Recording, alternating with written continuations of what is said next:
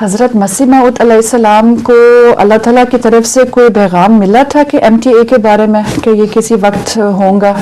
ہاں پیغام ہے اور بڑا واضح ہے.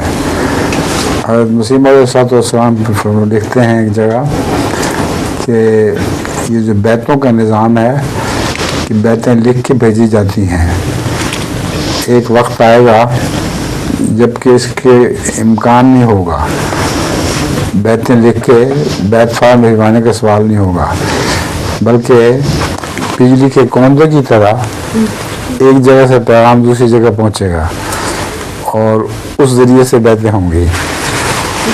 تو اس میں حکمت ہے MTA کی. اسی طرح حدیثوں میں بھی آتا ہے، خصوصاً شیعہ حدیثوں میں، کہ امام مہدی بات کرے گا ایک جگہ سے مشرق کی طرف کہ لوگ بھی سنیں گے اس کو اور دیکھیں گے، اور مغرب کے لوگ بھی سنیں گے اور دیکھیں گے. تو یہ صاف MTA کی تفصیل ہے.